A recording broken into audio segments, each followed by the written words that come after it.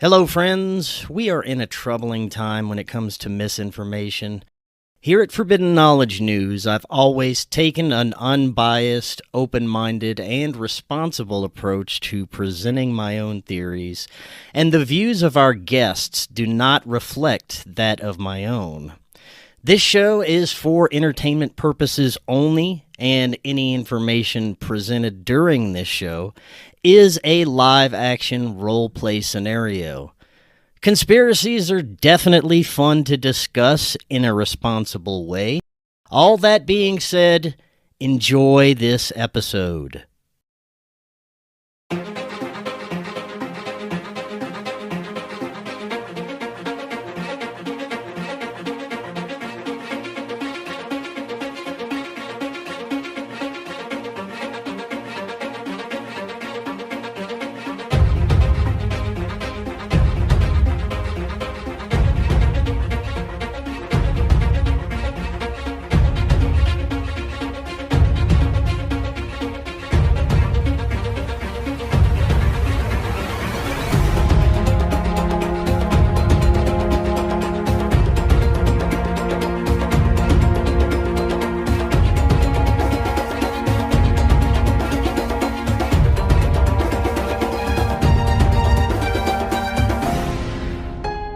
Stay tuned after this episode for a special bonus show about online phishing scams, identity theft, and how to protect yourself.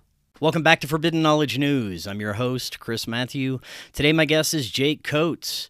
First, check out Brainsupreme. Brainsupreme contains the highest quality ingredients to start your microdosing journey. Visit their website, brainsupreme.co/discount/FKN15.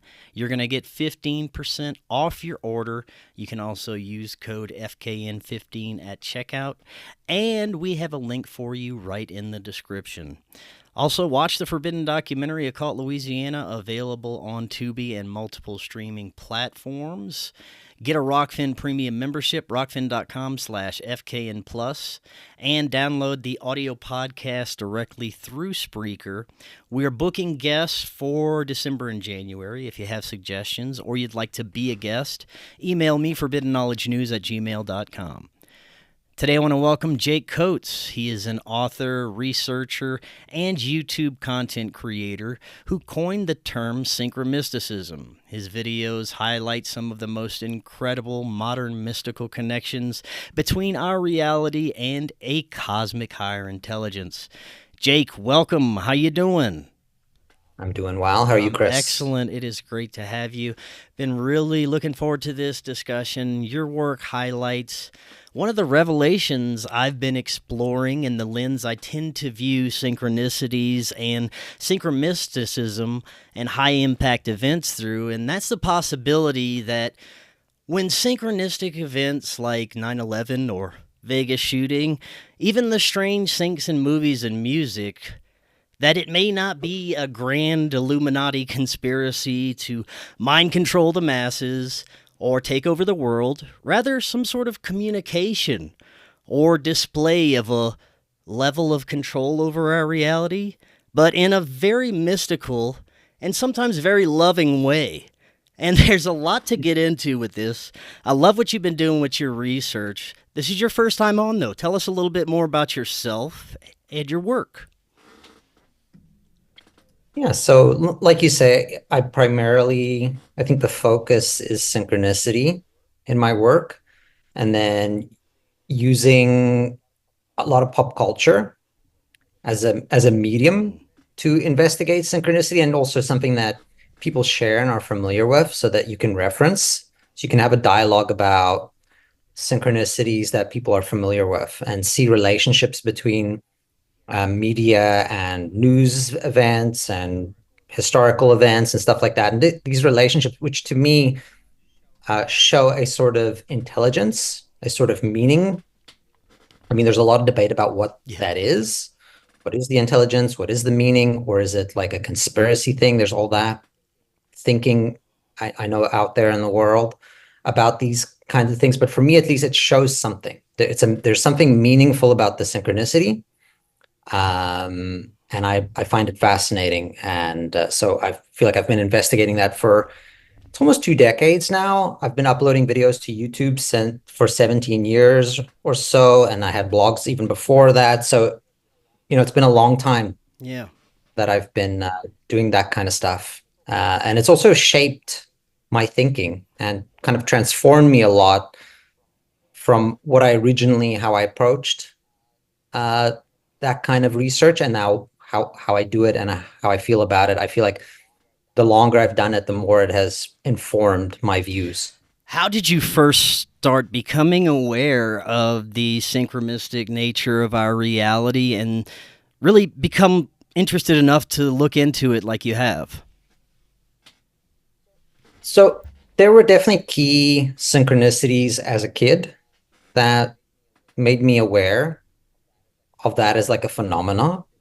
There was one particular incident where I um, was with my mom and I purchased two different from different years, very far apart, National Geographics at like a secondhand store. And the one I just bought because of something interesting on the cover, and the other one I bought because there was some article in it, whatever. And then later on in the day, when I was flipping through them, I saw a photo of the one National Geographic and the other National Geographic, and I was like, oh, that's kind of a neat little connection. And it was explaining that in this one from the 70s that I'd bought, there was this article about Da Vinci's horse. And now there's a guy who is finishing Da Vinci's horse because in the article they talk about how Napoleon melted down the horse metal and made a cannon, and it never came to be. And then this person is now finally taking Da Vinci's plans and schematics for the horse and finishing the horse. And so it just showed these two that you can reference to get more about the story. And then I was like, that's neat that these two random ones I picked that are decades apart are referencing each other. And there's actually a photo of the one National Geographic and the other. And then that evening on the news, I saw the same story about the guy finishing the horse in Milan. And I was like, whoa, the one National Geographic is from like 4 years ago. The one is from 70 years ago. And now I'm watching TV and here's the guy again. So it's like the whole day was just like the same thing being beamed at me through, things that, people you'd have to say it's a coincidence or something more meaningful. But to me, just because of the experience, it felt very meaningful, and it sort of stamped this feeling on me that there's something more about synchronicity. And then I feel like very much something at least that I can like pinpoint as like a time where my interest started. When I look back at my journey, synchronicities and the understanding of that really didn't come along till later. It was around 2012 when I started to just wake up and become aware that our reality was quite different than I believed it to be for a very long time. And I fell deep into the conspiratorial realms, which nowadays it's very easy to fall into that when you start researching a lot of this stuff. But synchronicities and synchromysticism didn't come together for me till later, actually after a couple of years of psychedelic experiences. But looking back at everything, it's almost like the events that were unfolding were leading to other events in almost like a storybook form. Like I was saying earlier, it's very easy for people to fall into the belief that everything's a conspiracy and there's some sort of Illuminati secret society controlling our media and throwing these symbolisms and messages at us. But I do see it a lot different than that now, and I do believe there is a greater force at play. How did your journey progress, and how did you look at things in the beginning? So yeah, I mean, that's familiar to me as well. Like I feel like because of the things I read as a teenager that were adjacent to these interests, like Robert Anton Wilson's stuff, which, he talks a lot about synchronicity as well. And, always would talk about the Illuminati, and I kind of became aware of the eye in the triangle, which is also kind of an early memory. Um, I was watching TV, and it was some Good Morning South Africa was the show that I was watching. It was just like a morning, news program, human interest kind of program that used to be on um, when I was a kid. And they had a guy on, and he showed the dollar bill with the triangle and the eye and the triangle on top. And he was talking about the Illuminati. I don't know why they had this guy on just talking about conspiracy theories in the morning to South African audiences. And I was like, "What's that? That's weird." That just for some reason, I was like, I don't even know how old I was, but like young, like 10 or 11 or something like that, like barely a teenager. And I went to the library and I looked up Illuminati, and I found the Illuminatus trilogy, but it wasn't the Illuminatus trilogy. It was like letters that he had written, um, pretending to be the characters from the book, writing to each other. So it was like memos and documents. I think it's called the Illuminatus Papers. So I found that book, but it completely blew my mind, and it confused the heck out of me at that age because I didn't really know what it was. I was like, are these real letters between these Illuminati people like writing to each other? But it was fascinating, and I looked at this book and just the images and everything, and that it also, this interest in Illuminati came very, very early. And back in the day when I was like um, a teenager, if you saw the eye in the triangle, it was like almost like a special occasion. It was like rare to see that Mm. symbol. Nowadays, I feel with the internet and that stuff is kind of caught on. Like you see that regularly, but it was always kind of like, whoa, when you see that, this like a deep cut, like mysticism sign, that eye in the triangle. But um, so in the beginning, I feel like a lot of my mystical journey was very much with that Illuminati theme, influenced by Robert Anton Wilson. But even he had like a bit of a mystical intention behind that. It was like the idea was to, enlighten you and to kind of like short circuit your nervous system about um, what is in control and who is out there and what are they doing. It was to kind of get you free of your preconceived conditioning. There was like a bit of an agenda behind his uh, Illuminati Mm. theme, and I feel like I've still kind of incorporated that, and still very much feel like that's to me where a lot of that stuff comes from. Like I actually feel like a lot of the modern interest in the Illuminati is still from the Illuminatus trilogy. It's just, and people being kind of confused like I was when, it's become part of the culture and it's become real.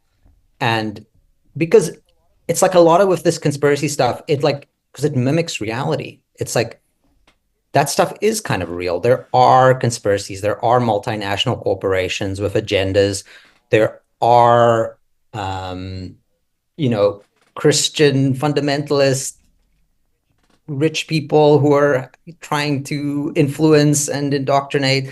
There is this stuff. I feel like a lot of that, it just it's complicated and it's tangled, and it's not as like easy as just going it's Illuminati and that Yeah. is everything. But it feels real, so people just gravitate towards it, and then they kind of see it It everywhere. seems like there's so many layers to it that it would be impossible for a normal human to orchestrate the level of symbolisms and syncs and how these events come together and affect the masses.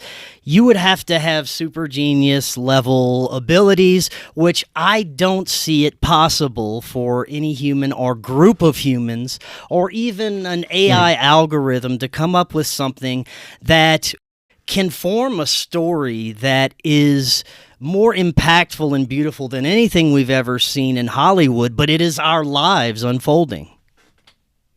Yeah. Yeah, and I feel like there's a bit of ego. It's like people start to think they are these geniuses because they can see these patterns. They can decode the meaning of the Illuminati or Q or whatever. And they're part of these clubs. You're online, you're like on these message boards and forums or discords or whatever, and you're discovering these things real time, and you're part of elite few that can see and the sheeple can't and whatever. So I feel like there is definitely ego involved in it, sort of an excitement and an addiction to this, decoding the messages and that kind of thing, which I think all plays into it. Sync for me is sort of a way of like, okay, so we don't know exactly the details of who is doing what, but what we can know, I feel, is the spiritual reality of that. To me, it's like if you view reality as like a dream, you can say that when I wake up from my dream, everything that happened in my dream is symbolic of me, of something psychological about me, because it happened in my brain, in my consciousness. So if I wake up and I go, gee, I was seeing blue balloons and elephants the whole night in my dreams. So, it doesn't matter. The context doesn't matter when I wake up. It's not like, oh, well, I was watching a movie and there were elephants in it. And then I was reading a magazine and there were balloons in it. It doesn't matter who made, like, I'm not waking up and obsessing about who wrote that magazine in my dream, who made that movie in my dream. I just go, it was me, And I feel like synchromysticism is kind of running on the assumption that reality is kind of like a dream. Reality is sort of like, has one source. So everything that's happening in it can be symbolic of that one source, which I feel like is the mind of God, you could say, or spirit, or creator, or the heart of all being, or whatever it is. So I feel like what I'm taking it as is like everything is coming out of that mind, the consciousness. I even feel like, the eye in the triangle really points towards that kind of thing. And I feel like that's partly why that symbolism and the occult stuff and the conspiracy stuff speaks so loudly to people, because it also uses these symbols that actually have these deeper realities that, have meaning. Yeah, 100%.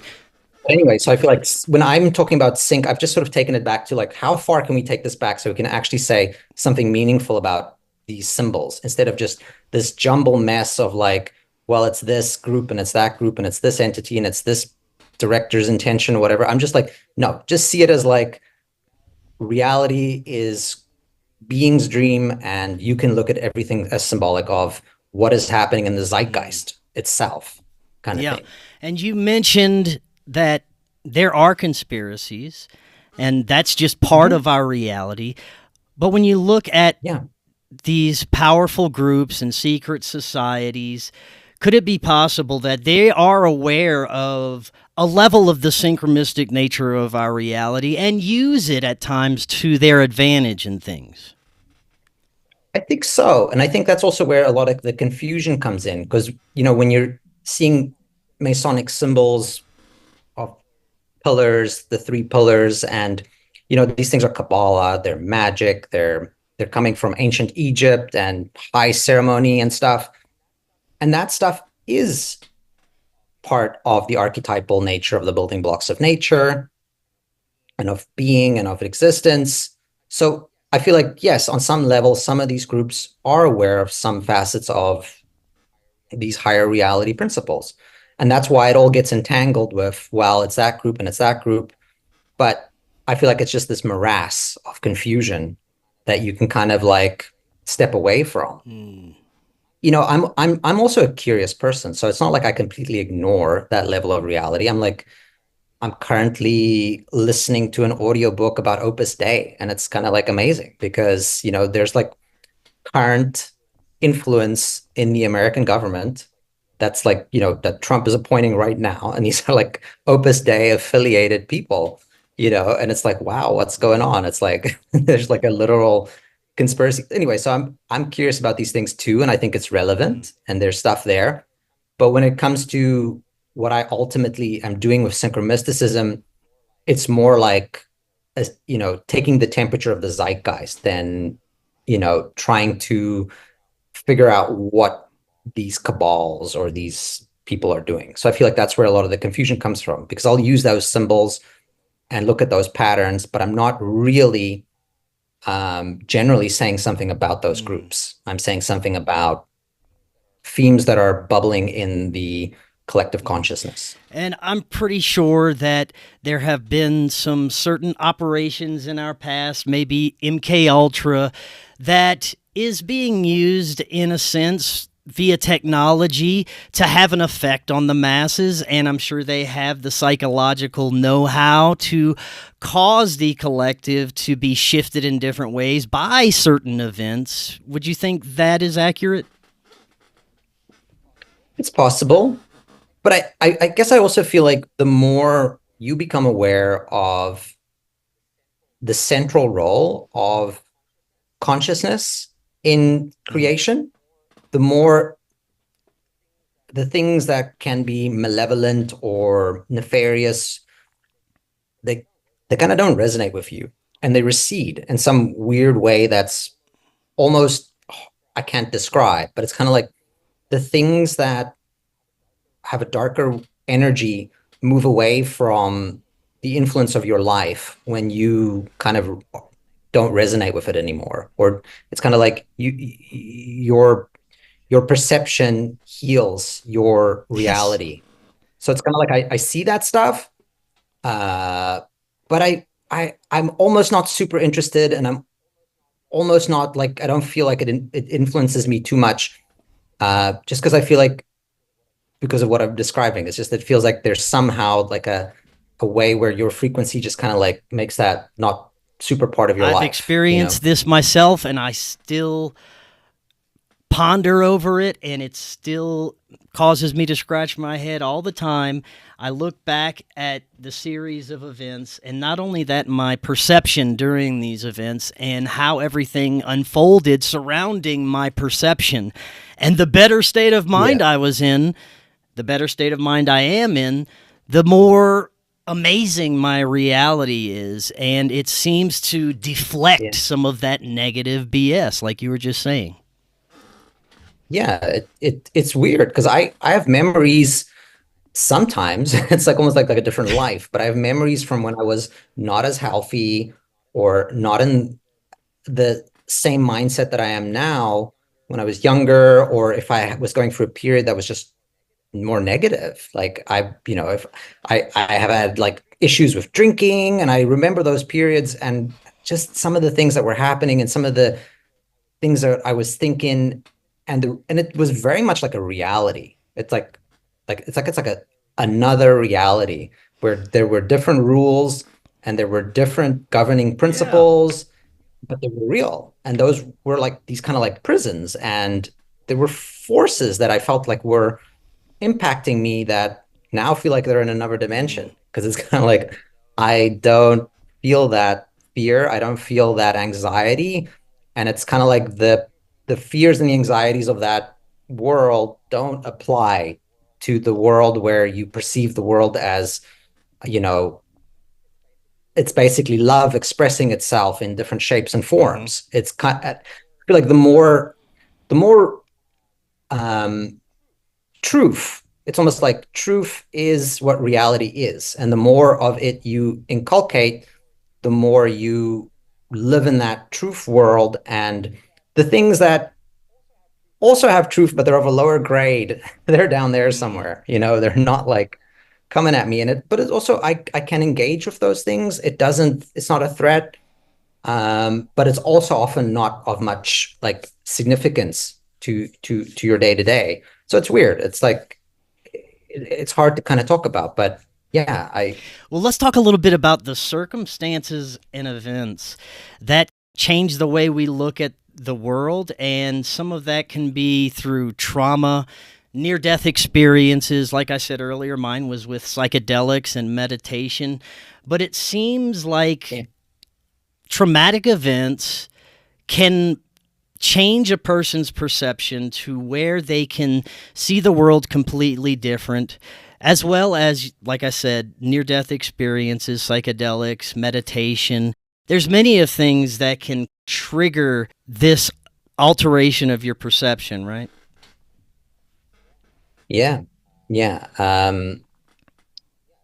Yeah, I feel like anything sort of, it's kind of like doors that open into, there's like a there's like a reality of truth underneath uh the world. And there's things that will open up reality and allow an intense amount of truth through. And it's like ecstatic experiences or psychedelic experiences or trauma experiences can trigger openings that then flood truth through intensely. And I mean, that's definitely been my journey as well, is through certain events, like large floods of like insight and kind of like downloads of understanding have come very jumbled up. Like like I feel like a lot of that experience has been kind of figuring out that because of where you're at when you're having those experiences, that stuff gets filled and encoded with the language of your ego at that point. So there was very much the stuff that when I was a teenager and I was doing psychedelics, the things that I felt I was experiencing had much to do with the Illuminati and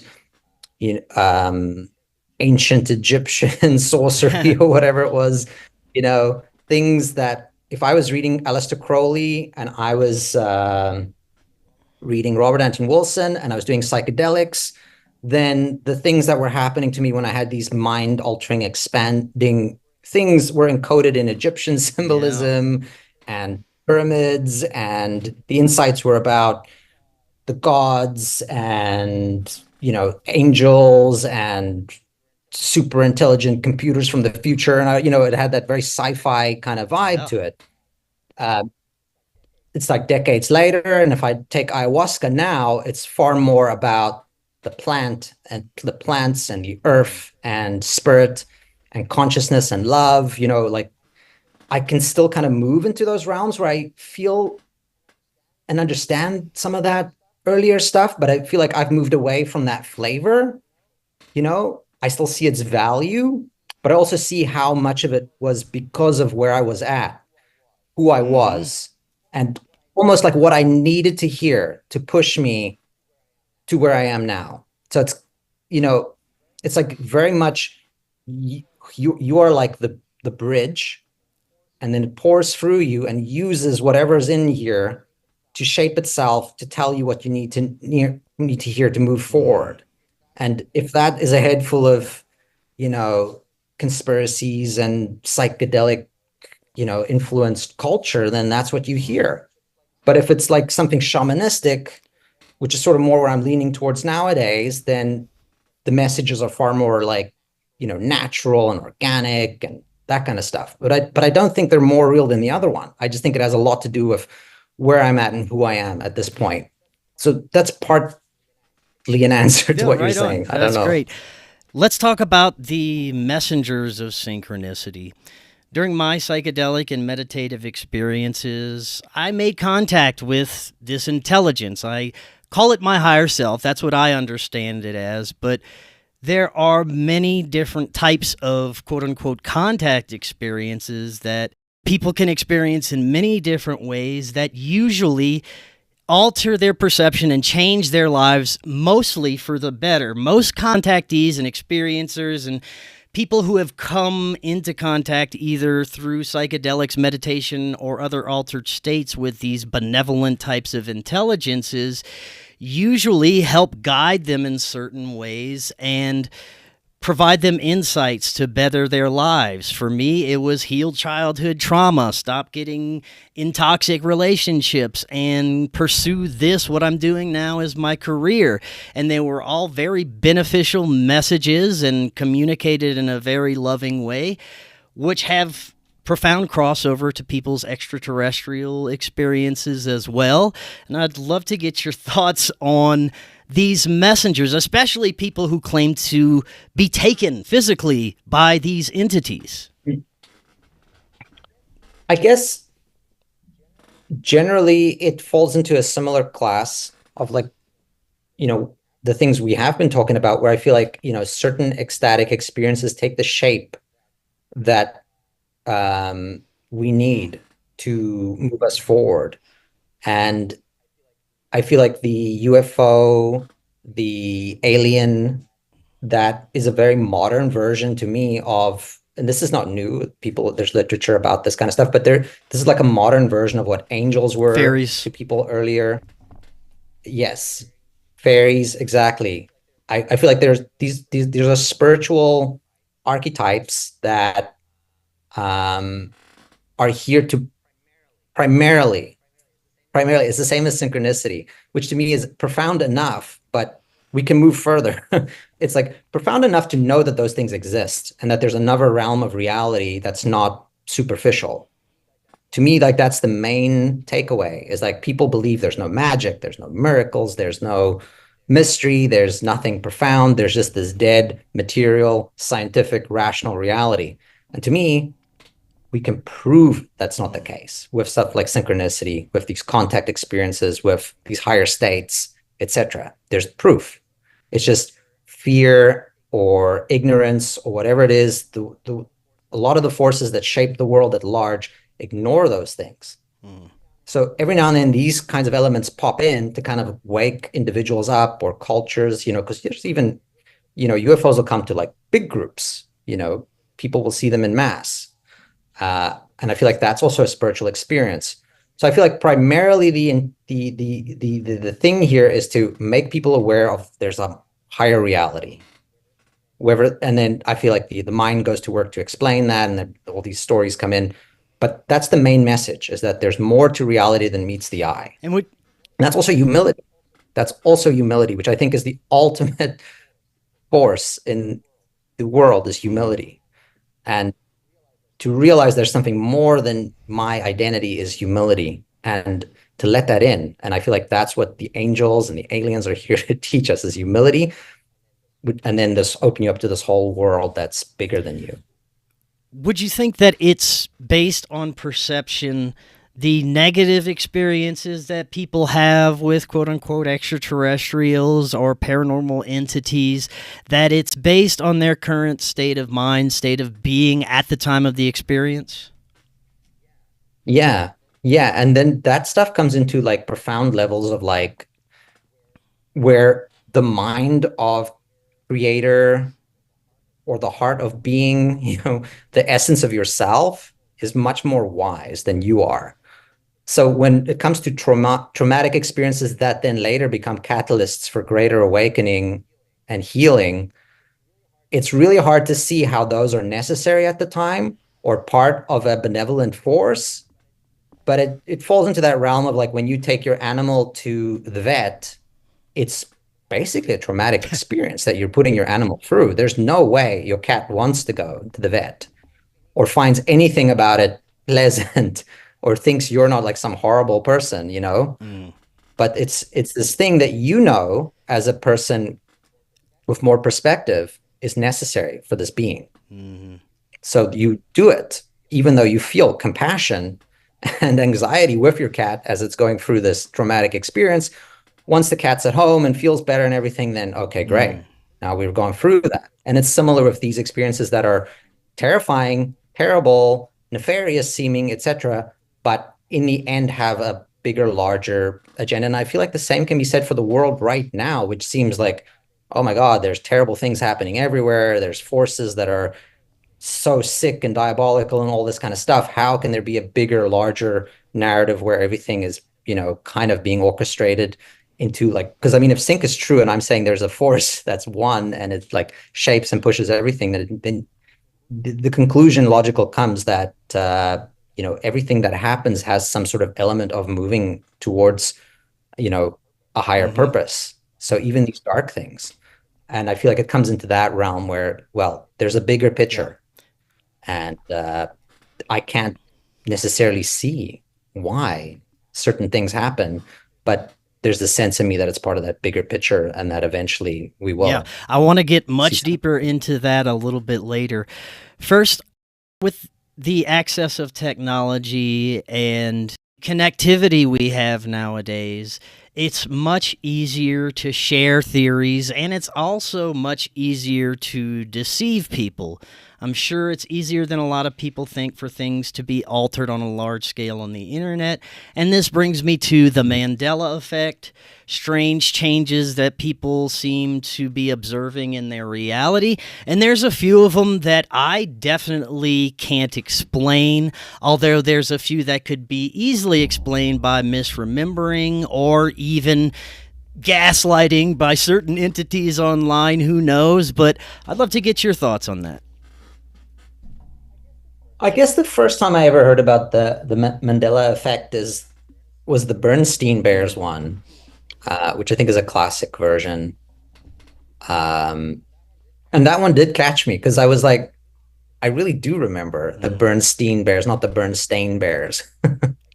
Like, and it actually seemed like very like, that was a big show for me as a kid, and the song was a big song for me. So the idea that suddenly it would change from Bernstein to Bernstein, it seemed like, what? That's really strange to me.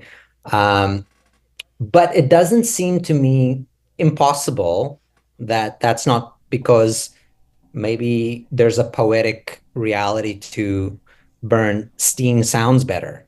And I feel like a lot of times it's like in my own memory, I can tell when I'm like talking to my wife or a family member, when we think about something in the past, it's kind of like we will remember differently. And there's psychological reasons. I think there's sometimes people remember scenes from movie differently, like the way, Darth Vader says, "Luke, I am your father," is a little different than that. Or, there's all these kinds of examples where collectively we remember things a little bit differently. And I feel like maybe because it's just easier to remember the one way, or there's more poetry to the one way, maybe it's even better than the original kind of line. It's kind of like we've smoothed it out.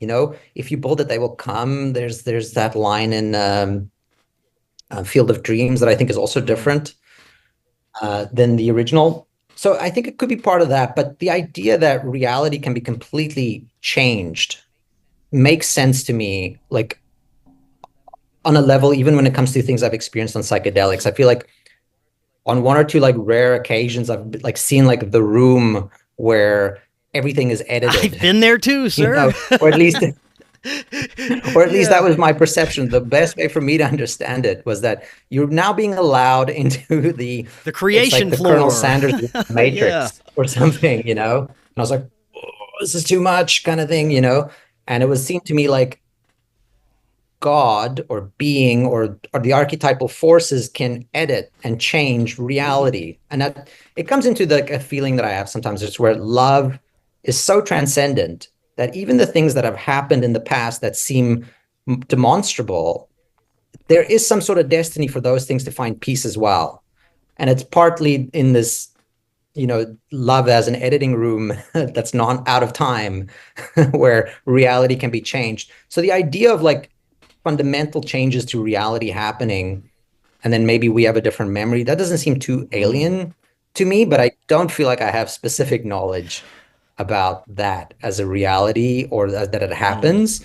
But I still don't feel like it necessarily has to imply anything nefarious or weird or well, there's a couple of instances that some of my friends and a couple of researchers that I've interviewed have told me about that really add to this possibility. And one was a woman who, growing up, she had a very tough relationship with her mother, probably somewhat abusive, and in her adult life she would relive some of those memories, but she would change them in her mind. She would be having a tea party with her mother, and it'd be a very loving event, which she claims never happened in her childhood. Well, she also said one day her mother comes to visit her and asks if she remembers about the tea parties they used to have as a kid. And she swears up and down that in reality, they never had these, but her mother now has this memory of having these tea parties with her somehow miraculously. I've had other guests that claim through out-of-body and meditative experiences, they were able to choose a different timeline to exist in, and they'd come back from that experience, and things would be slightly different, overall the same. You wouldn't be able to really tell unless you were paying attention to small details. But it also adds to this possibility that based on our perception, things can profoundly change. Yeah, that's not dissimilar, I feel like, from things that I've experienced on psychedelics, where it does seem like reality has, um, there's more to it than just there's a single narrative and it's, linear, Yeah. it's unalterable or anything like that. I do feel like there's a level of that.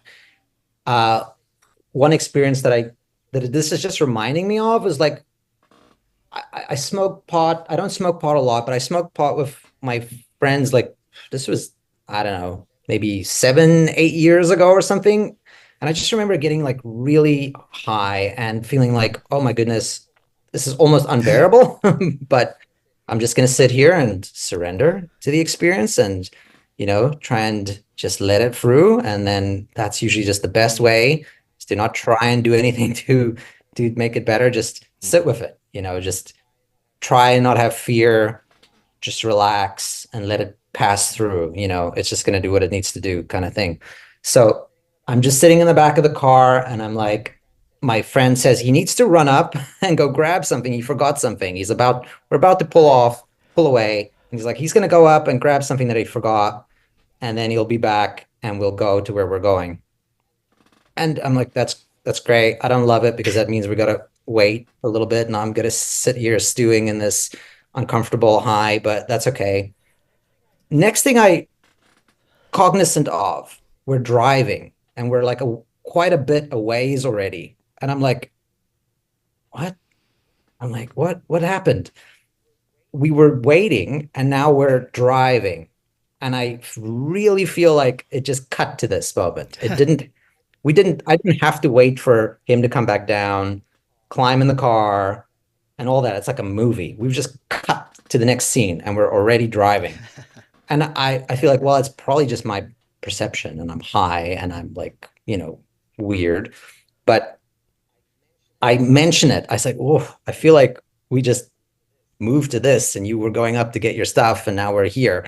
And they're all three of them in the car are like, yeah, that's exactly what just happened.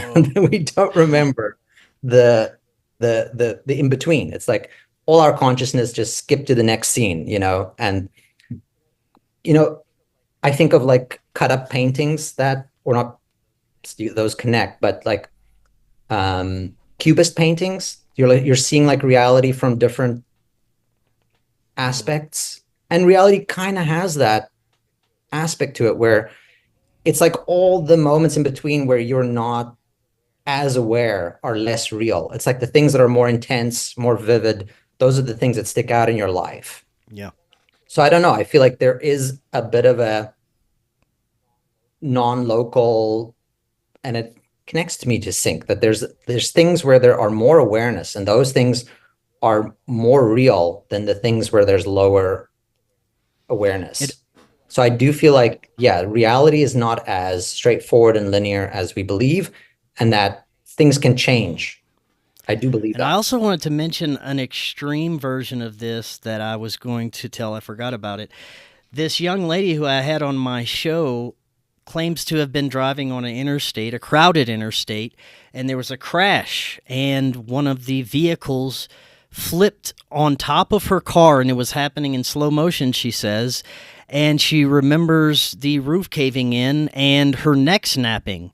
And she remembers she flew out of her body, had this beautiful near-death experience, talking with guides and angels, and they said, you have to go back. And she was expecting to go back and be in a hospital and injured and all this. But she was right in the middle of the interstate, same place she was, not injured. Her car was fine, and there was no traffic on the road. I think these experiences, it's possible even at the time of a person's death, if it's not their specific time per se, they can be transported. Yeah, and it also correlates with other experiences, mostly when I've been doing psychedelics, I feel like, where things will happen that you're taken on some kind of journey and it's almost like a level of reality. And then it's like a part of you will realize that this is not really something you want. This is an area that an ability or something is developing here that you don't really resonate with. This is not really ready to be part of your general reality matrix. And it's kind of like bloop, and then you'll blip back. It's like the angels or the spirits or creator or whatever will allow you a reset. You're back here. Or it's like, I do have vague memories of like, I don't know, things just going way too bonkers on psychedelics, like way too bonkers. Like, this is too, like, now you're nuts. Yeah. You're nuts. You'll never be able to repair your reality and your understanding and you'll never be able to coalesce again as a whole entity. Yeah. And then Yeah. It'll just go. it's like the angels will come and intervene and like fix it. And there are even times when I feel like I've been shown too much, and I will come back from that experience and not remember a damn thing. It was like everything I just experienced was taken from me. That's right. Yeah. And I feel like there's also things that I don't remember until I'm in certain states. I'm like, oh, yeah, there's this whole other aspect of my life and consciousness that's locked behind a door of understanding that I only have access to when I'm in certain frames of minds or perspectives or states of consciousness, so it's kind of like when I do ceremony, it's like, oh, here I am. There's this facets of my reality that I don't usually need to deal with or I'm aware of or even want to necessarily. It's kind of like those are things that as a functioning adult in my reality, it's kind of burdensome, or it's like I know them, but I know them in a way those are part of my dream world. I'll have access and need to incorporate that stuff when I do. But I think it comes down to like everything is possible and consciousness is completely unlimited and is the creator of everything. So it's kind of like we are three-dimensional beings with limited egos and identities and living this narrative world where the highest reality is this blank, undimensional, zero, anything limitless possibility totality, that then gets condensed into this third dimensional experience kind of thing. But the idea that, we can, as three-dimensional beings, evolve, which I think is literally what the whole process is. Evolution, I think, is incorporating more layers of your infinite reality, your non-dimensional self, slowly but surely through this negotiation of all the elements of existence. It's like, okay, well, we would like to crawl out of the ocean and we would like to, go to the moon and we would like to do this. We'd like to build an internet all over the world, which basically is just like the manifestation of our higher, non-local, limitless self. But we go through these stages and this weird sacred ritual about how we do that. And it's called science, it's called technology, it's called evolution and biology and all this kind of stuff. And it has these rules. And that's what reality is. It's this negotiation with itself about who and what we are and what we are becoming. Yes. It's so fascinating. I can look back at starting at 2012. That's when my awareness and perception started to shift. And there were many other people along that time that were starting to become aware of different things. But when the events of 2020 unfolded, at the time I was kind of terrified of everything, not sure of what was going to unfold and deep in conspiratorial waters.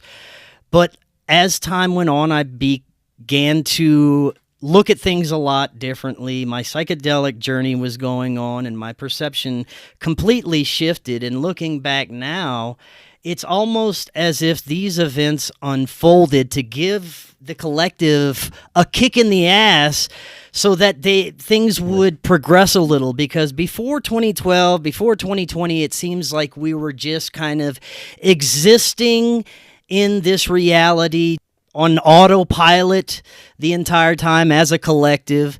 And then 2020 happens and this wave of awareness starts to wash over the entire planet. And so many people are looking at things in a completely different way.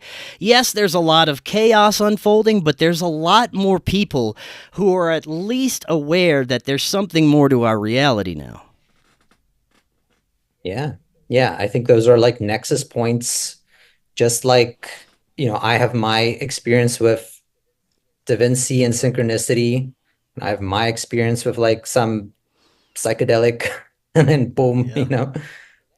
collectively, there's fractals that are similar where it's like we go through societal, cultural upheavals and changes and shifts that are also here to push us forward and transform us. Uh, and sometimes like in like large scale Mm. shifts. And I feel like 9/11, and then there's when you investigate these things with that lens and look at them symbolically, then you start to, I feel like then you start to see what these things really Mm-hmm. mean. And that's, I feel like, where sync comes in, looking at the world again like that, archetypally, symbolically, and as, like a mass ritual of self awakening. Then all those things, COVID, um, 9/11, all these things, the symbolism, the media, and then the footprint of those things in movies and things that we have made that precede those, I feel like become very loud and telling. But yeah, I do feel like those are nexus points that where shifts are happening. Let's talk about some of the things that everyone can look at throughout our history, through culture and media, at least our modern history, that shows the synchronistic nature of reality. I know you've done a lot of examining of films and cinema. First, I'd like to get your thoughts on this recent election. There are so many strange implications that crept into this past election, like theological, almost theatrical nature of the way things played out, the assassination attempts. It was one of the most Mm. interesting elections that I've ever seen. And I don't even participate in politics. I view it all as theater anyway. But what are your thoughts on how Yeah. everything has recently unfolded? Well, I think we're again at one of these Mm. points. I mean, I almost feel like if you ever ask me, I'd say we're at one of these points. But I do. I feel like we're at one of these points where there is a nexus, there's a major transformation happening, and you know, um, Trump winning is to me like a major shift of some kind. It seems very negative and dark, I will be honest. But I feel like, again, it's one of these points where there's a major shift happening. It looks like a terrible thing, but it's just like 9/11, which is also, objectively a very terrible thing, but it has these shifts in history. Same with COVID. It's not a good thing. People are dying en masse, but it also has this moving us forward and shifting and changing things. Not that I feel like Trump is a conscious, you know, person when it comes to these forces. I feel like it's a very materialist thing, and I even feel like that's very much to me what is happening. I feel like there's an end of materialism. Well, that's how I'd like to see it. There's an end of capitalism. There's a major shift in the structures of our reality. Either that, or we're just gonna like blow ourselves up and start again. Become like some volcanic biological soup, and maybe a million years from now we'll try again. you know. I can see that playing out, but rather I'd have it be like some sort of transformation, and I can see how I recently made a little sync video about Trump called in on 9/11 on the day of. He called in on a local TV network and shared his experience. It's kind of crazy because he actually calls in and said he's telling people that his building is now the tallest in Manhattan, which I just thought so Yeah. perfect. Trump is like that. That would be one of the messages he'd like to share on 9/11 is that, the World Trade Centers are no longer the tallest buildings. Um, but yeah, I feel like, and I just had this like feeling. It's not like there's major sinks for it, but I've had this feeling that the World Trade Center was really the biggest example of capitalism as far as an icon goes. And its destruction, it's kind of like very literal. this is the end of capitalism. So I feel like we're moving through a phase of history where we are shedding our attachment to materialism, to these institutions, and it's very traumatic, very layered with, tension and anxiety, but they're crumbling. And I feel like people like Trump who are like, trying to keep these things from crumbling by, making them like, let's stop the environmental, like, let's pull back on all these environmental, like, companies, not, fossil fuels and things. Let's just push the accelerator button. I feel like that kind of energy is just going to bring it to a head even faster and going to necessitate the transformation that we need to get through these forces even faster. So I feel like he's like an accelerator button to the desperateness of us figuring out how to become our own government, So I feel like we're going to transcend that.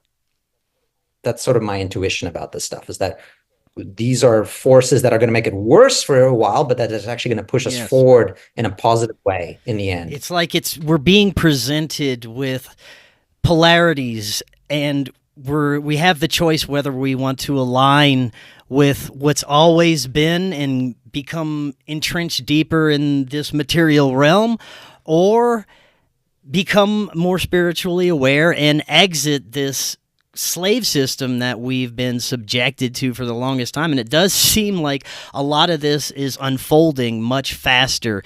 Like you said, these high impact events are coming forward faster and faster. Yeah.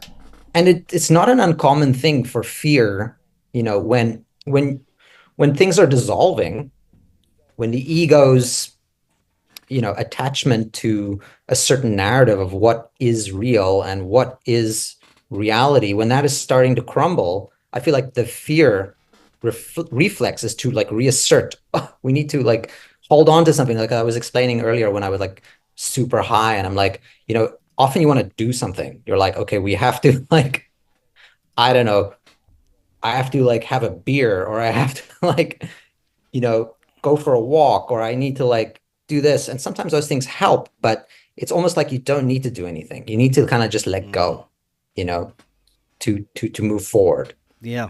But there's this fear likes to hold on to the old, to reassert the past, to, so I feel like Trump very much represents the old, and also something paternal, like something like stable. You can say this person is going to bring solidity and structure and something stable to this chaotic world. Because I feel like the narrative underneath everything is that the reality, as we understand it, is dissolving and changing very rapidly.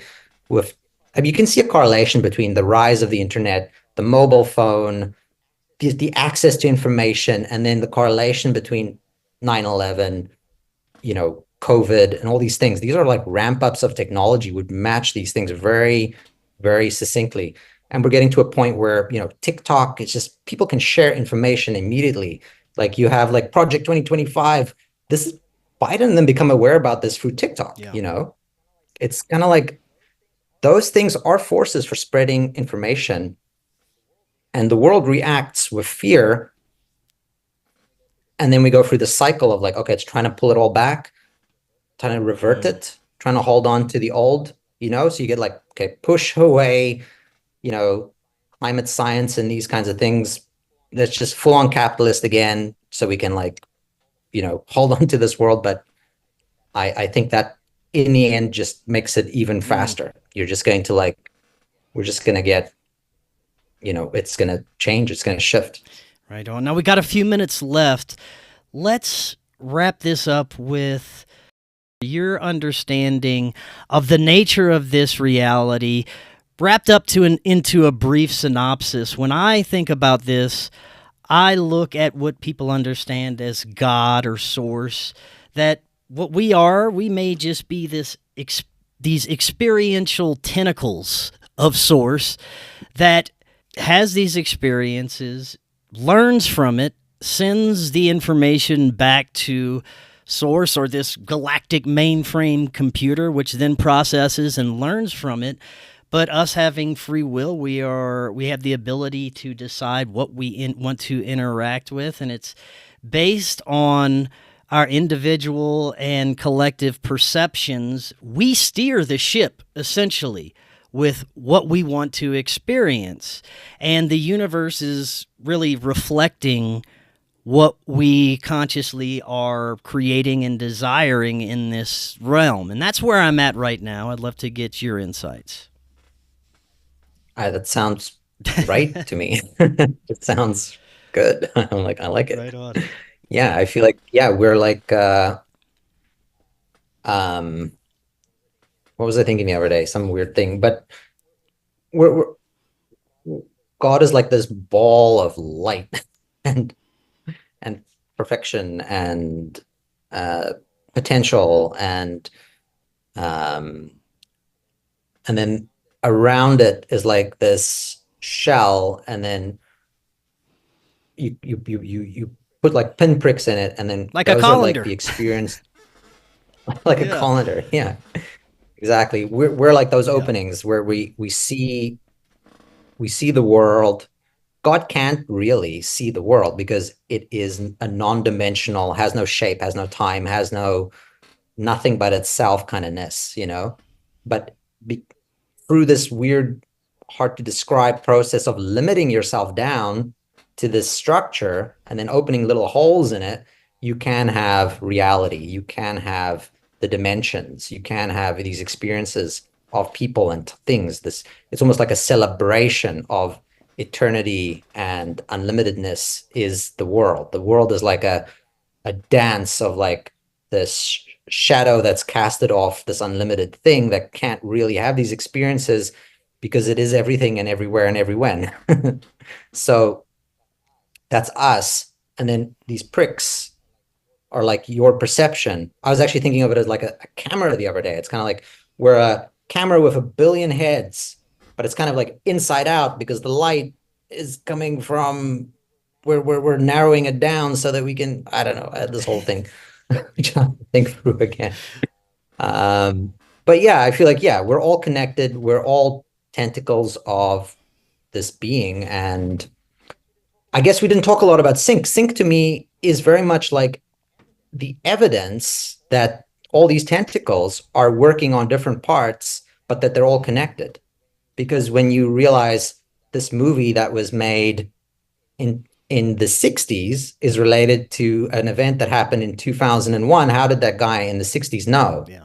Well, he didn't, but the same tentacle, if you follow it all the way back, is creator. So even though you have your own reasons for doing it and you do have input and autonomy and you're a person building and creating, still there's a shaping, there is a orchestration that's related, and that manifests in this world of synchronicity, where then I just feel like it keeps reminding me of this fact. It's like a meditation on the fact that things are connected and that there's a reality where it's not just individual blocks that have no relationship and that are dead. You've covered this on your channel, the predictive programming, things that show up in media that connect to past or future events or high impact events. And this may not, just like you were saying, it just may be a reflection of this greater force putting everything together in a sense. Yeah. Yeah. Right. That's how I feel. Well, Jake, this was fantastic. Before we go, let the audience know how they can find out more about you, get all your content. Yeah. Okay. So most of it is just C-line on different social media, which is SEALLION, C-line. So like the marine animal with two L's. C-line, which is an anagram for all is one. So that's C-line, and that's Instagram and X or Twitter, even though I don't use that one too much anymore. It's kind of become weird over there. And but Instagram for sure, YouTube, Sea Lion. I have a Vimeo account that I think is separate, where there's a few videos that I think a lot of people don't know about my Vimeo account, but there's quite a few videos that, for whatever reason, copyright issues usually were taken off of YouTube, that are still available on the Vimeo account. So there's a few cool ones there. But I think that's it. I think I've got like a TikTok account, but it's like mostly just reposts from Instagram. Instagram is where I'm the most active. So if you put like Sea Lion into Instagram, that's where you're gonna find the most stuff. And it's like, it's not always just sync stuff. I've got other art, creative interests, just visual stuff or whatever. I just like jamming on expression kind of thing. But it's all basically Sea Lion on Instagram or YouTube. That's where you're going to find it. Jake, thank you so much. Like I said, we'll be doing this again soon. And till next time, everyone, have a wonderful evening, and we'll talk again tomorrow. Hello, friends. Welcome to this bonus episode. We're going to be talking about how to protect your identity and keep your identity safe online and be aware of identity scams. Joining us is Dr. Joan of Angels. She is a visionary healer, esoteric chiropractor, and intuitive guide with over 40 years of experience bridging the realms of spirituality, holistic health, and personal empowerment. We are also joined by Jason Bimji. He is a serial entrepreneur, businessman, and he assists others with identity protection. Dr. Joan, Jason, welcome. How y'all doing? It is great to see you, Chris. Thanks for having us on.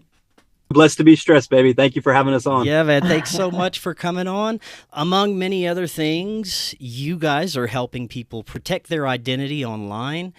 And as for now, in the unforeseeable future, being reliant on some kind of technology is unavoidable, and many people like myself rely on technology to make a living, and we have to be sure all our information is secure, especially with the ever-growing police state permeating the world right now. So I'm very much looking forward to learning more about what you're helping people with. Before we get into this is your first time on.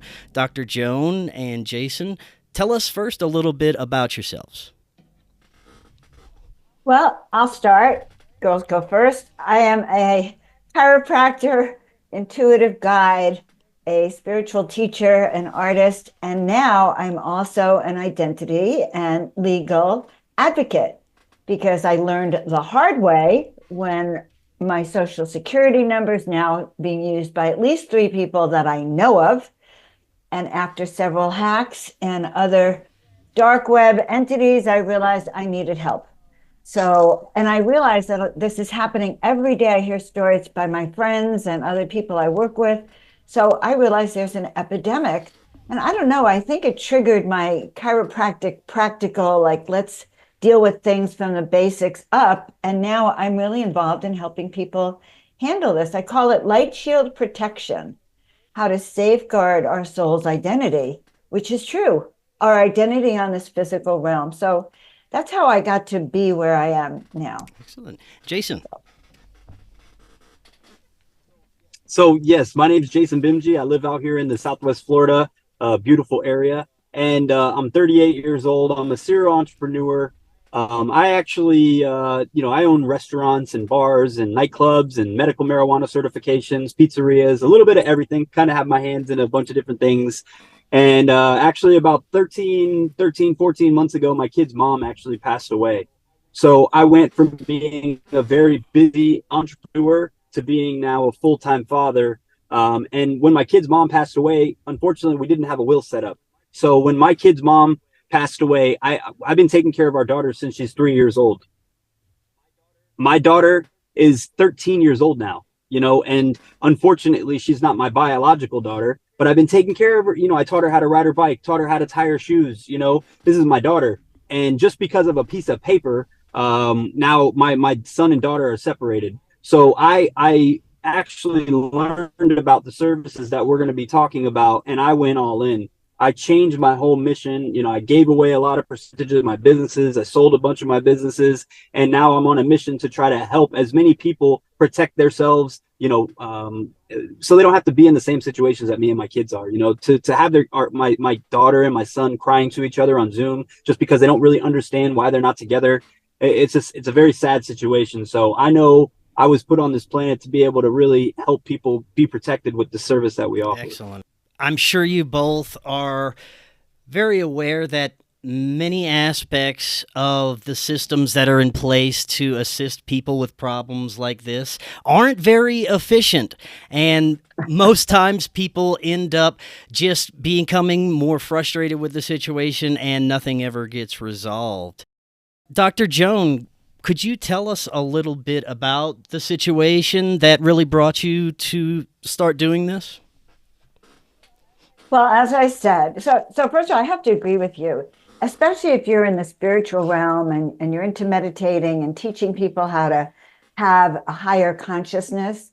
And then suddenly you're dealing with, like I was, a letter from the IRS. Oh, there's someone else using your social security number. And they don't think it's a big deal. Like, they don't think it's a big deal. And neither does the Social Security office, because they probably have a list of all the people using your social security number. But I found that I practically had a nervous breakdown in trying to deal with these things. It could have been the social security numbers or the time my Facebook was hacked and clients were telling me, oh, yes, I donated $600 to you, wow, Joan, but it wasn't me.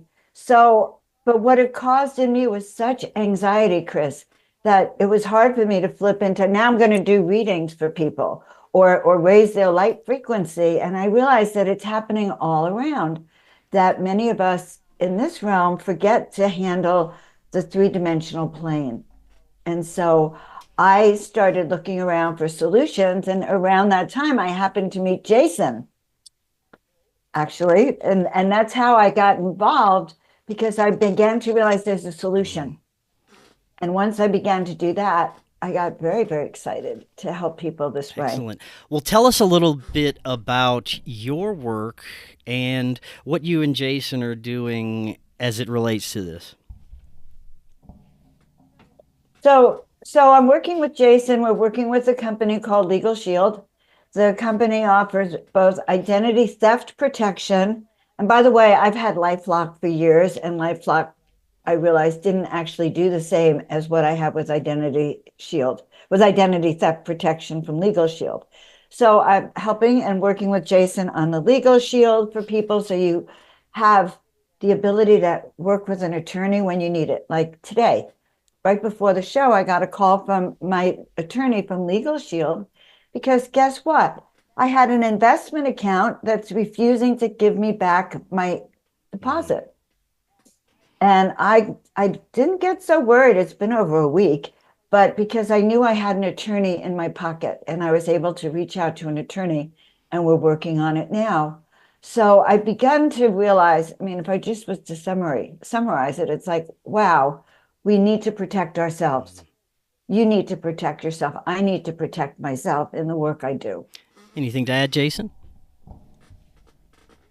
Yeah, so what we kind of did with our membership, this is a 52-year-old company, by the way, guys. And with what we did is we kind of made it to where instead of having to pay $5,000 for a retainer or $10,000 for a retainer for a lawyer, because let's get real, most people don't have $5,000, $10,000 laying around. So we understand that we're in a subscription-based model right now with the way that our life and the way that the world is going. Everybody's on subscriptions, not saying subscription drugs, subscriptions on their phones and, memberships and everything. But so with our membership is amazing because it's a month-to-month service. What we find out is people are using it for years and years, but there is no contracts, and for $35, $37, you can have a lawyer on retainer. Because what we did is we have almost 5 million members across the United States and Canada. So we have a collective buying power, and we have lawyers all around the United States and Canada, some of the top rated lawyers all over the United States. And now if you ever have any kind of situation where you need to advice or you need a consult, you have unlimited consultation with our service. You have our service offers people to do your wills, estate planning, power of attorney, reviewing contracts, documents. Now, this isn't just saying, oh, this is a $37 membership and then we're going to charge you to do all these things. It's absolutely 100% included with our membership. So we're saving people thousands of dollars. And not to mention, you know, people's assets change, people's families change all the time. So you can actually update your will and estate planning and power of attorney for free every single year with our membership. And then with the identity protection, it's very simple. It's only $20 for an individual or $35 for the whole family. And if you were to ever get hacked, first off, you're covered up to $3 million. And then second, if you were to get hacked while you're a member of ours, our company is going to put a licensed private investigator on your account at no additional cost, and they're going to get your accounts back to pre-hack status. So if it takes them, say, 100 hours or 300 hours, 500 hours, it does not matter. You're not going to get charged one extra penny, but your membership costs, because that's what our membership does. Right on. So we're buying protection, basically, is what I'm hearing. Yeah, it's like we all have insurances for car insurance, for health insurance, for I mean, there's insurances for our animals nowadays and for, you know, different parts of our bodies for these you know, superstars. So why not have another insurance, but actual legal protection and identity protection? Because we know that if you ever get hacked, you don't know what to do. Like, let's get real. Nobody knows what to do when you get hacked. So with our service, now we actually are monitoring all your information in the dark web, all 3 bureaus. But then if you were to get hacked, our company is going to go in and take care of everything from point A to point Z. Also, seniors are more vulnerable to it too. I think it's people who don't pay attention to the world around them. Okay, or people who are, so I know in my case, I don't know, I'm a Pisces, if that means anything to you. My consciousness is really, didn't want to sit down and review all my documents. I didn't want to review everything. And I think even tried to take shortcuts. I don't know. But I think I stand for many people in my genre. You know, many psychics, many healers, many intuitives. We think we could tell people what to do and how to live their life without repercussions, in a sense, also. So for me to find out that having protection is a good thing and that there's a way to be protected. So when I called Social Security office, they don't care about me. They didn't do anything. But if I had an attorney calling, something can happen. And for the first time, I kind of realized how important it was to have an ally.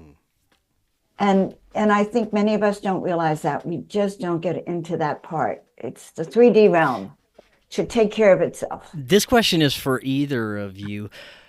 What would be some of the things that people should look out for whenever doing things online, or in general, if they're receive an email, things like that?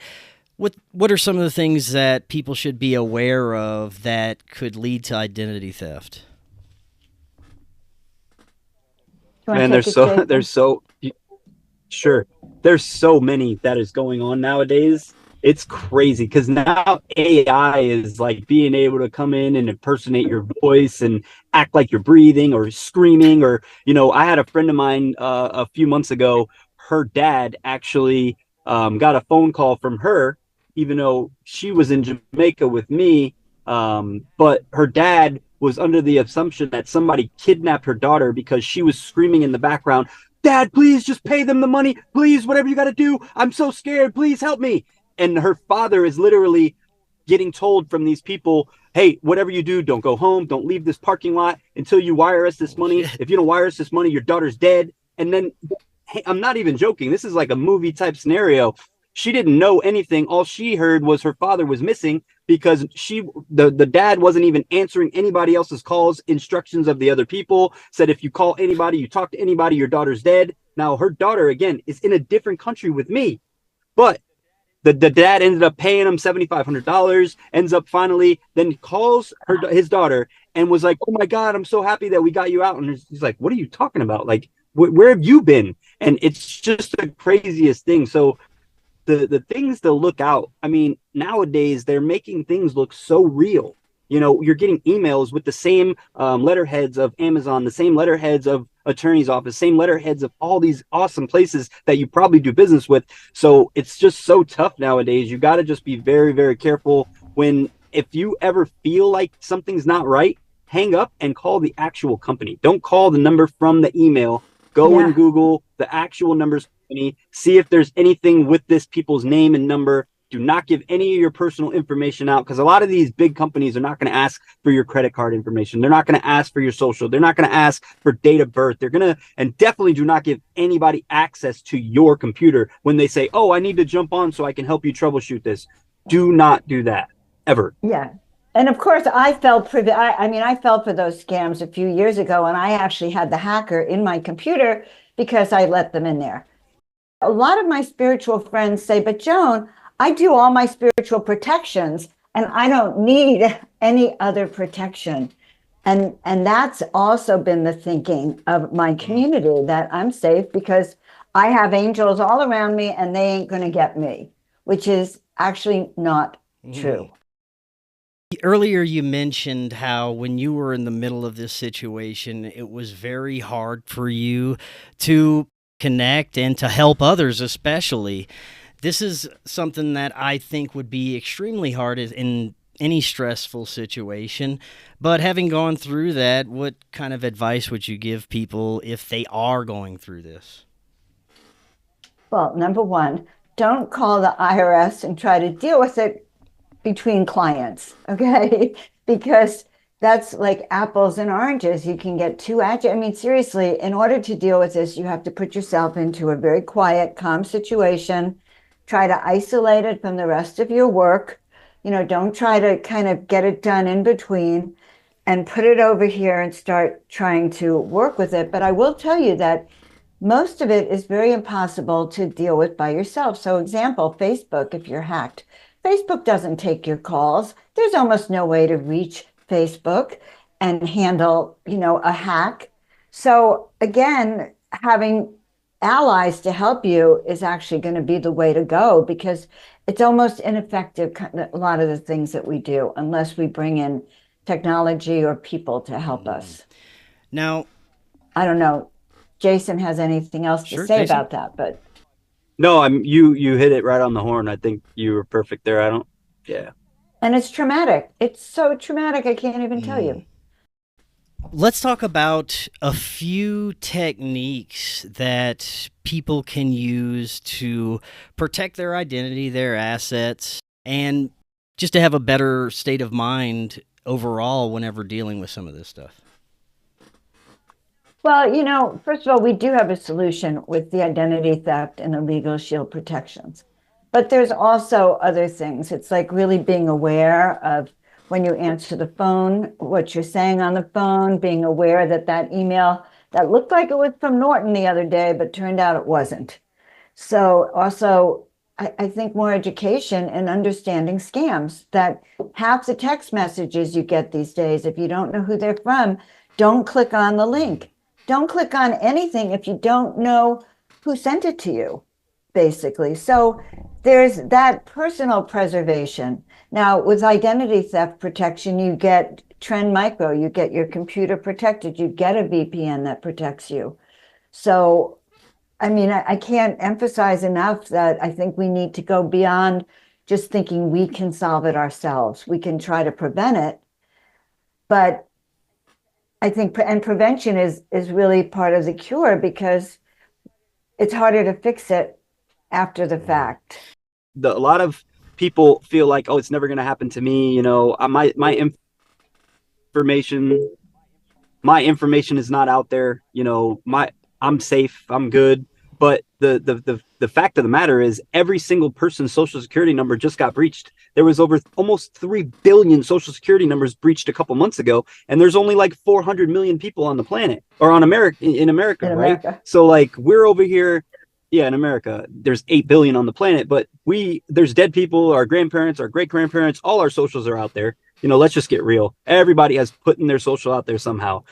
So the fact of the matter is, no matter if, you feel like there's angels watching over you, no matter what religion you are, no matter what color you are, these hackers do not care. These hackers do not care about anything except for getting your personal information so they can use it themselves or sell it to somebody else. I wanted to touch on a couple of things that I've noticed coming through in my own life.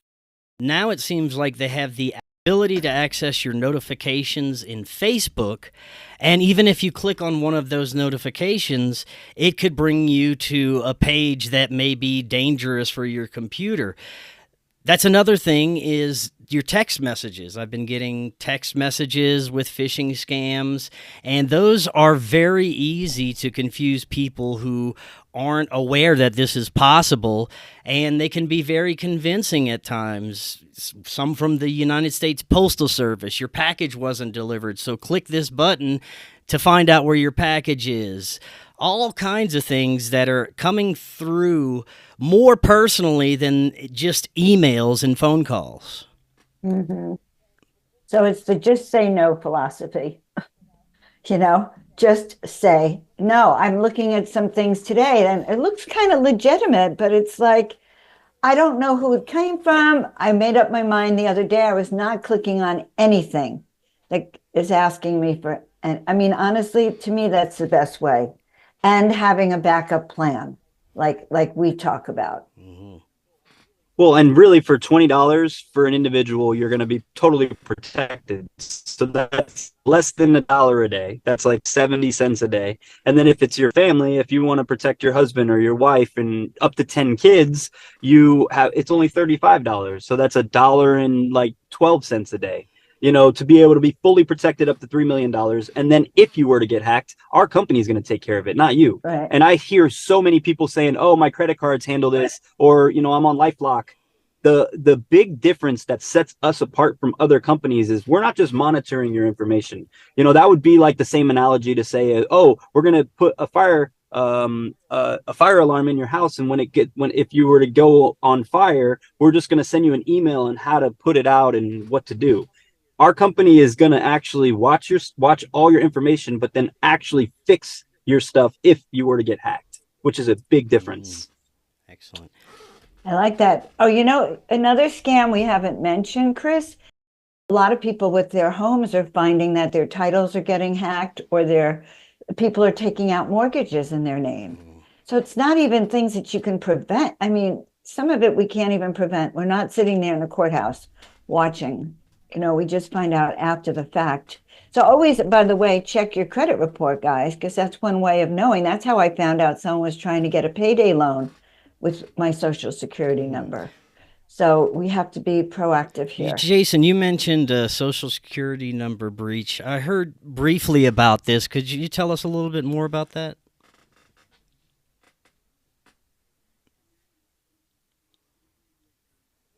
Did you hear that, Jason? Group that got in. You were frozen there. Social Security. Jason, you were frozen there for a few minutes. Oh, sorry. Sorry, people are blowing up my phone, and it's like I got to put it on Do Not Disturb next time I do a show. I apologize. But the Social Security Administration got hacked by this huge hacker group. Obviously, it's undisclosed on who did it, but now every single person out there that is alive right now is their name, their phone number, their Social Security, their address, every single thing is out there, and people really just got to wake up. Nobody's talking about this. They might say one little thing about it and then it's gone, like it's just some little no big deal. This is a big deal, and the fact there's so many illegal aliens, illegal people trying to come into this country, whether it's to harm people or whether it's just to come from refuge, but they're doing it illegally. We're all about bringing people into our country, but it's got to be the respectful and the responsible way. So to be able to have a way to be able to protect your identity, from all these people trying to come in, it's an absolute no-brainer, for such minimal money too. I mean, I think Netflix is more than what we cost. That's pretty sure. I don't know yet, but you could be right. You could be right. And it's true. The idea that people are coming and using our Social Security number. I know that there's at least one other account in T-Mobile with my Social Security number. I even know the guy's name. And I'd like to, it's like I know where they live. I have their address, What other important points should we discuss as it relates to protection of people's identity?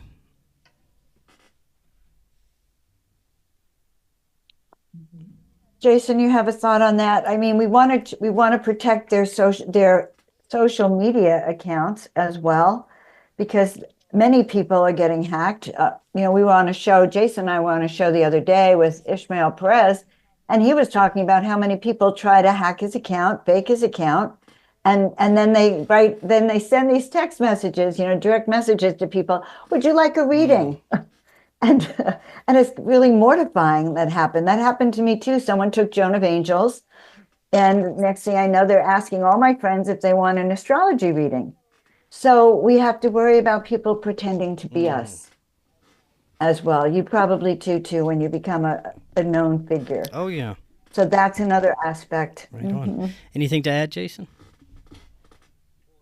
Well, and then too, tax returns are about to start happening. That's a huge... Yeah, the tax returns are another huge. Imagine going to think you're going to get a $3,500 tax return and go to find out that somebody already claimed it. The other person got it's happening your refund every single day. That's another. Go ahead. It's also been happening with boating. We have two more things to talk about. Number one is business protection. Jason, I'm going to let you talk about the small business protection, why people would need it. I mean, that's the first thing. And Perfect. then the second thing is we're really looking for people who want to join our team, who want financial abundance, who like the idea of offering something concrete. I mean, for me, I offer intuitive guiding services and physical protection. They seem to go hand in hand. So we're doing both. So I'll let Jason speak on this. Perfect. So we are a group of people of all types of different people, but all on the same mission, is just to try to have a better future for our children, for our children's children, building that legacy for our kids and for our future generations to come. So, with me being a serial entrepreneur, I own 11 companies, right? So I always wanted to be in a subscription-based model business, and having the ability to do that from home is massive, without having to put millions of dollars of equipment in the gym or whatever the case may be. So I know for a fact that we are going to be really, really exciting because we've already built a team of about 1,000 people in the last year. By this time next year, we'll have 10,000 people on our team, and we're not looking for everybody. We're not looking for everybody by any means. We're looking for the individuals that are just wanting to enhance their mentality, enhance their abilities, enhance their skills, and then just be around of a lot better group of people that all have that same mission. And I've actually, surprisingly crazy too with this company, we're not doing anything. We don't have to go get a law degree. We don't have to go and learn the IT background of everything. All we are the referral agents for the company. So if you have a big influence in your city or you have a big network, then let's talk, because this company doesn't do traditional advertisement. They only do word of mouth, and they pay us really, really well. I've made almost 200,000 in the last 11 months with this company, just by referring it to my friends, my family, and my network. Excellent. That's a lot. That's really good. Yeah. And that's why you got that beautiful car. Let's talk a little bit also. Honestly, honest to goodness, it's a great compensation plan, and it's a great team. I'm obviously on Jason's team. I love working with Jason. He's become my buddy here. But we also want to talk a little bit, I think, for entrepreneurs. So we have a lot of people out there who work from home. They're readers, they're healers, they're psychics, they're teachers, they're workshop leaders. And we also have programs that protect them as business owners, because the truth is we are business owners. You're a business owner. Jason's a business owner. So we have plans that help you consult with an attorney on the best kind of business you should have, the best structure for your business, to look at any of your documents. Say you want to draw up some contracts, you can have that drawn up. So extra help, like Jason keeps saying, it's like having an attorney in your pocket, but it's the extra help that we didn't know we needed. Or for instance, I paid $5,000 last year to trademark Joan of Angels. Had I known about Legal Shield, I would still, paying my membership a month even if I was paying the high end of $100 a month, I still wouldn't have spent $5,000 for that trademark or the copyrights that I need. So guys, we should take a look at some of the business plans for yourself as well.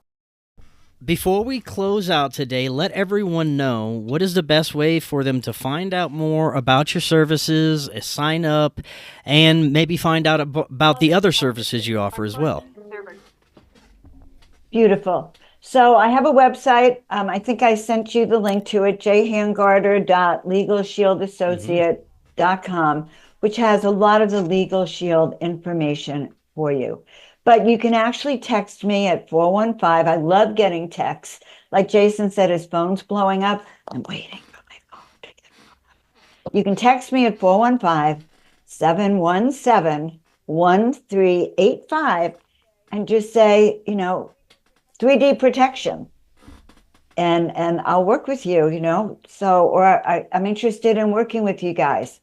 And that will get you, I'll text you right back. And one of the reasons I don't answer my phone is just because of all that other hacking. So text me and I'll answer you that way. Tell me your name, just say 3D protection. Excellent. Jason, anything to add before we close out? If anybody wants to follow us on social media, mine is just my name, Jason Bimji, JasonBimji. And really, in all reality, guys, I just hope everybody gets some value out of this, because all our mission is to educate people, really, because our school system isn't doing the best job with educating our kids. So we need to be educating the masses about a service that even exists like this. Because I'm not even going to lie, probably out of 100 people that I talk to, maybe 5 or 6 have even heard of our company. So we're going to switch that. And over the next 10 years, we'll be a top 10 download in the App Store for sure. Excellent. I love it. This is fantastic. I love what you guys are doing. It is much needed, especially during these times. So we really appreciate it. Love to talk with you guys again in the future. And until next time, everyone, have a wonderful evening. We will talk again tomorrow.